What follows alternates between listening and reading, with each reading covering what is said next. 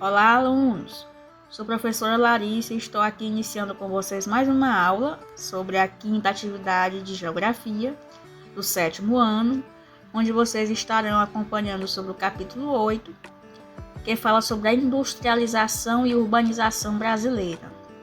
Peço que vocês estejam acompanhando o vídeo sempre com a atividade e o livro didático. Mantenha uma rotina de estudos, procure o local onde você possa escutar o vídeo e, importante, escute o vídeo inteiro. Mesmo que o vídeo seja extenso, mas é uma aula. Em uma aula normal, nós temos 50 minutos de aula. Então, ainda que o vídeo não tenha 50 minutos, mas se aproxime dessa quantidade de tempo, isso significa que há aí uma informação importante dentro do conteúdo que eu quero transmitir para vocês, que é exatamente uma aula sobre esse conteúdo, para que vocês possam responder atividades, mas entendendo sobre o que ela trata. Então, assistam um vídeo inteiro e busquem tirar o máximo de informações que vocês puderem. Quando não conseguirem responder, entrem em contato com a professora no grupo do WhatsApp. Não mandem questões em branco, evitem estar aí tirando notas baixas nas atividades de vocês. Então, vamos iniciar os nossos estudos. Industrialização e urbanização brasileira. Até o século XIX, a atividade industrial não era muito significativa no Brasil. O café era o principal produto da economia nacional. De 1830 a 1929, a expansão da atividade cafeeira assumiu importância crescente no desenvolvimento industrial, especialmente das cidades de São Paulo e Rio de Janeiro. Parte do lucro obtido com as exportações do café foi investida na importação de máquinas, na instalação das primeiras fábricas e na infraestrutura de transportes. Então, aí a gente vê que o café foi um produto muito importante para o desenvolvimento da indústria no Brasil, porque foi a partir dos lucros obtidos, a partir da produção do café no Brasil, que foi possível importar máquinas, instalando assim as primeiras fábricas e utilizando aí também na infraestrutura de transportes. Então, o café ele deu aí esse pontapé inicial no processo da indústria, no início da industrialização no Brasil. Vamos dar continuidade a essa história da industrialização no Brasil a partir da produção de café. Além dos lucros obtidos com a produção de café, as duas guerras mundiais ocorridas no século XX, que foram a Primeira e a Segunda Guerra Mundial, a Primeira Guerra Mundial ela ocorreu de 1914 a 1918 e a Segunda Guerra Mundial de 1939 a 1945. Elas impulsionaram a industrialização no Brasil. Mas como assim? Como que houve uma guerra, aliás, duas guerras, e elas tiveram esse ponto de impulsionar a indústria? Não seria o contrário? Como que elas puderam aí influenciar nesse sentido? O que aconteceu? Com a queda na produção industrial dos países envolvidos nos conflitos, ou seja, os países que estavam envolvidos nas guerras, Primeira e Segunda Guerra Mundial, deixaram aí de produzir alguns produtos que eles importavam aqui para o Brasil. Então, o que aconteceu? Muitos produtos começaram a faltar nas prateleiras brasileiras e a solução foi produzir internamente o que antes era importado, ou seja, o Brasil passou a produzir aquilo que lhe faltava. Essa situação contribuiu para o desenvolvimento da atividade industrial no país. Outro período de grande crescimento industrial ocorreu durante o governo de Juscelino Kubitschek, de 1956 a 1960, que ofereceu vantagens para a instalação de indústrias no Brasil. As primeiras indústrias a se instalar foram as automobilísticas, que são as indústrias aí que produzem automóveis. Então, a gente vê que esse processo de industrialização ele teve aí dois cenários diferentes. O primeiro cenário, após as guerras mundiais, onde o Brasil passou a produzir aquilo que lhe faltava, que antes viria de outros países, mas esses países estavam quebrados pela guerra. Como que eles iriam conseguir produzir produtos e mandar para o Brasil? Então o Brasil teve que tomar a iniciativa de produzir aquilo que lhe faltava.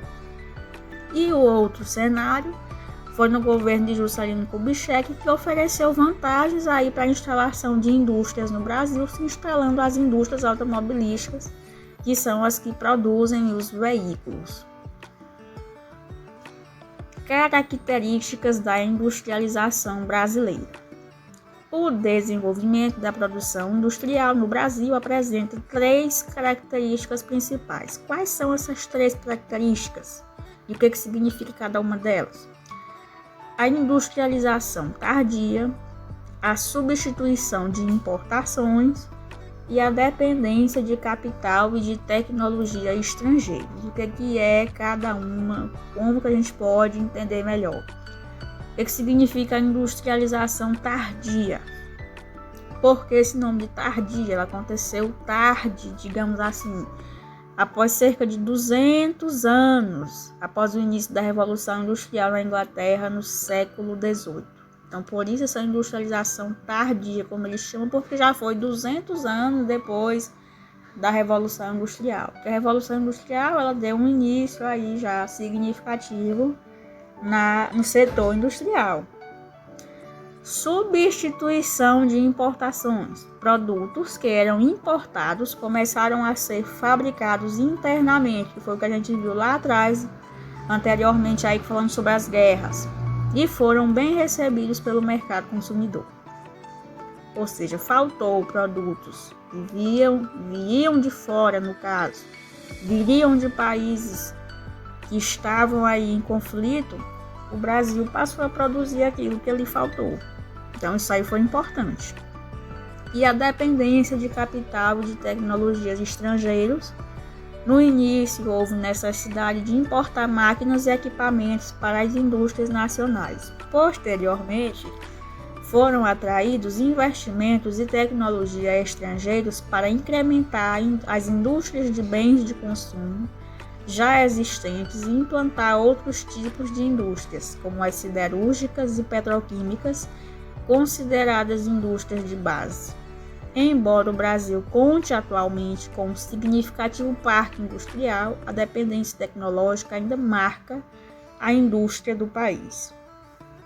Então, o Brasil ele possui aí, de certa forma, a necessidade de importar máquinas e equipamentos, digamos, mais modernos, porque ainda há uma certa carência de tecnologia, de modernização tecnológica na indústria brasileira. Claro que hoje já é um setor que tem se desenvolvido bastante, mas o nosso país ainda falta muita coisa para se desenvolver cada vez mais dentro da indústria. E o transporte e comunicação.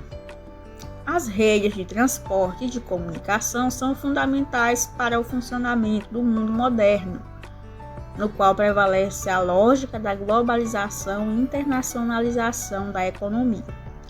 No Brasil, essas infraestruturas foram ampliadas de modo mais intenso a partir da década de 1960, interligando o norte e o centro-oeste ao restante do país. Nesse processo, destaca-se o papel do Estado como grande articulador, captador de recursos e investidor. Então, o transporte e a comunicação eles são importantes no nosso país. Por quê? Porque nós estamos vivendo aí um momento de globalização e o transporte e a comunicação são essenciais para manter o relacionamento do Brasil com outros países e fazendo com que também a indústria possa se desenvolver a partir desses mecanismos, dos meios de transporte e dos meios de comunicação. Redes de transporte. Quais são essas redes de transporte? As redes de transporte se caracterizam pelos seus diferentes tipos. Quais são esses tipos? Como as ferrovias, o setor ferroviário, marítimo, rodoviário, aéreo, dutoviário, que são estruturas tubulares, entre outros. Agora a gente vai falar sobre as regiões metropolitanas brasileiras. Vamos entender um pouco sobre isso. À medida que aumenta o número de habitantes, a área urbana dos municípios se expande, ocupando áreas localizadas no entorno da cidade. Esse crescimento é denominado expansão da mancha urbana. Quando há uma expansão expressiva da mancha urbana de 2 ou mais municípios, pode ocorrer uma conurbação, ou seja, união física das áreas urbanas desses municípios. Em algumas áreas conurbadas, há regiões metropolitanas, formadas por municípios que, embora independentes administrativamente, pertencem a um conjunto sob influência, principalmente econômica, de um centro urbano principal. A constituição de regiões metropolitanas permite que problemas comuns às cidades conurbadas, como o transporte, sejam solucionados em conjunto com o poder público estadual. Em 1974, um ano após terem sido definidas pela legislação brasileira, havia em todo o país 9 regiões metropolitanas, que eram Belém, Belo Horizonte, Curitiba, Fortaleza, Porto Alegre, Recife, Salvador, São Paulo e Rio de Janeiro.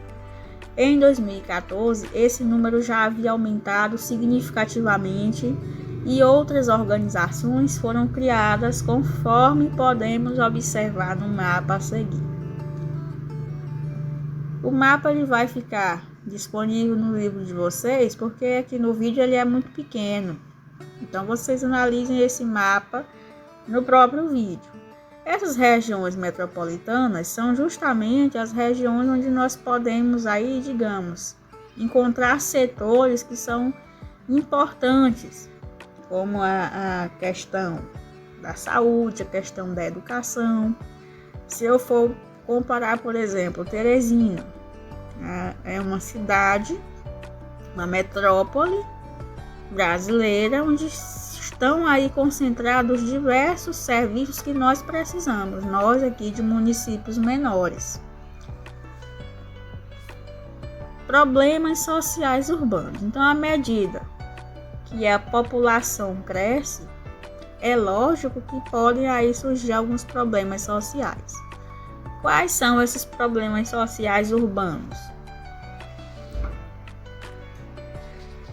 Nas regiões metropolitanas, parte da população considerada pobre reside nos chamados aglomerados subnormais, que são assentamentos irregulares com residências precárias, popularmente conhecidos como favela, comunidade, grotão, mocambo, entre outros. Entretanto, pobreza urbana e moradias precárias com carência de infraestrutura têm sido fenômenos cada vez mais observados também nas cidades médias e pequenas. Atualmente, os problemas mais comuns encontrados nos centros urbanos são: então, quais são esses problemas encontrados nas grandes cidades? Insuficiência ou baixa qualidade de hospitais, escolas, creches, centros de lazer e cultura, precariedade nos serviços públicos de saneamento básico, fornecimento de água tratada e encanada, coleta e tratamento de esgoto, habitação, coleta de lixo, iluminação e pavimentação, deficiência e precariedade do sistema de transporte coletivo, como ônibus, metrôs e trens suburbanos, além dos frequentes congestionamentos nas principais vias de circulação, elevados índices de violência urbana, como furtos, roubos, sequestros, tráficos de drogas e assassinatos, que atingem principalmente os jovens nas cidades grandes e médias, conflitos e disputas territoriais nas ruas e em áreas abandonadas, associadas ao tráfico e à comercialização de drogas. Então, esses problemas sociais urbanos são justamente coisas que nós conhecemos no nosso dia a dia, a questão da violência, a questão dos serviços de saúde, dos serviços de coleta de lixo, iluminação, ruas esburacadas. Isso são problemas que existem praticamente em todos todas as cidades, de uma forma mais clara para vocês entenderem. A questão da pobreza, das moradias precárias, da carência de infraestrutura, isso é uma realidade comum no nosso país. E os problemas ambientais? Quais são os problemas aí ligados ao meio ambiente? Os problemas ambientais urbanos, embora não sejam restritos às grandes cidades, são agravados pela intensa concentração de pessoas e da produção econômica. Soma-se a isso o fato de o Estado não propiciar a infraestrutura e os serviços de maneira igualitária à população. Nesse contexto, os bairros mais pobres e periféricos são comumente mais desfavorecidos pelo poder público, que demora mais para disponibilizar à população serviços públicos essenciais, como fornecimento de água e esgoto ou iluminação pública. Os problemas mais comuns são a poluição atmosférica, provocada por indústrias e veículos que liberam poluentes prejudiciais à saúde da população, a produção de grande volume de lixo, a poluição visual causada pelo excesso de outdoors e painéis luminosos. Esses outdoors são aqueles cartazes enormes com propagandas, com diversas informações que ficam espalhados aí pelas cidades. A poluição sonora, produzida por veículos terrestres e aéreos, que é o som aí estridente de buzinas, de carros com motores e motos também, veículos em geral, e fazem barulho. E nas grandes cidades isso é um problema, é chamada poluição sonora, porque são barulhos ali que atrapalham o dia a dia da população, pelas indústrias e por atividades urbanas, esses barulhos aí. Como a construção civil, também é um setor importante, mas que tem também o seu ponto aí negativo. Poluição das águas, gerada pelo despejo de dejetos residenciais e industriais nos rios. O esgoto que cai nos rios, sem tratamento prévio, além dos problemas relacionados às enchentes e às ocupações em áreas de risco, que provocam deslizamentos e registram elevado número de mortes. Agora, no capítulo 9, nós não vamos agora falar sobre o espaço urbano, sobre industrialização. Nós já vamos agora falar sobre o espaço rural. O espaço rural é ocupado majoritariamente pelas atividades econômicas do setor primário, que são elas a agricultura, a pecuária, o extrativismo, além do turismo. No Brasil, a agricultura é bastante diversificada.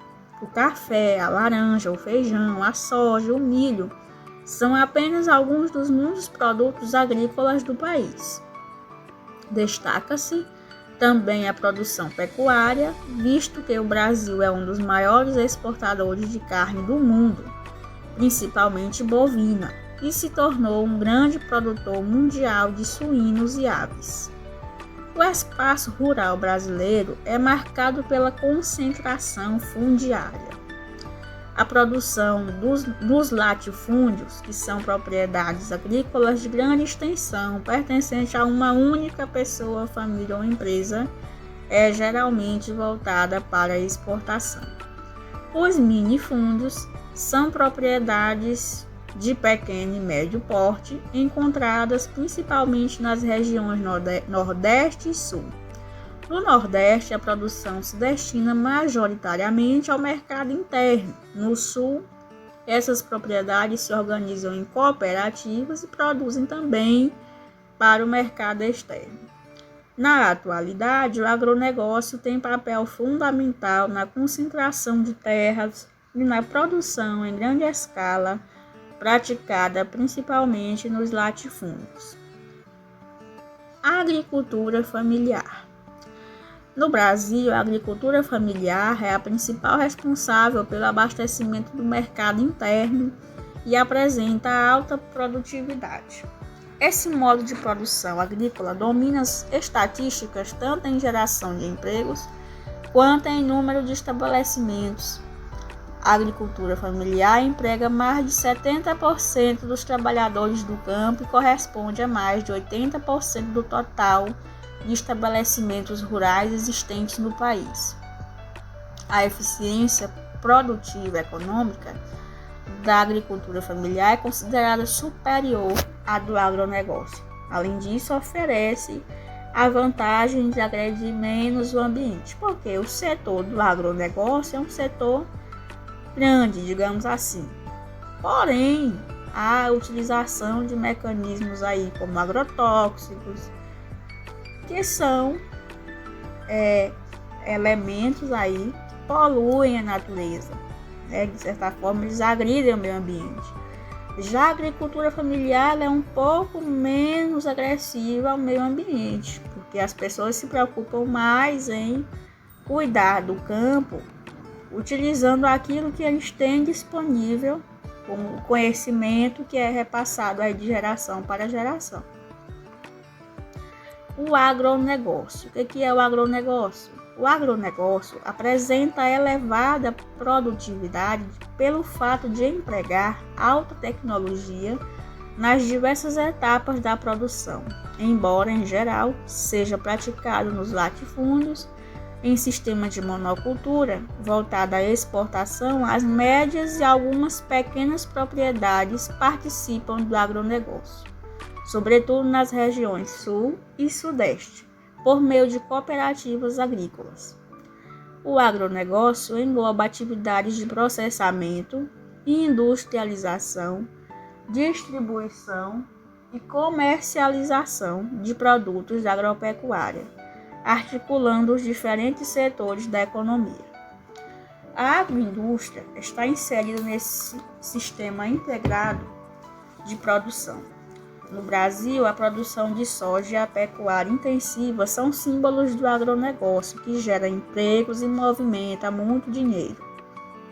A participação do agronegócio na balança comercial brasileira é muito significativa, visto que grande parte dessa produção é destinada à comercialização com outros países.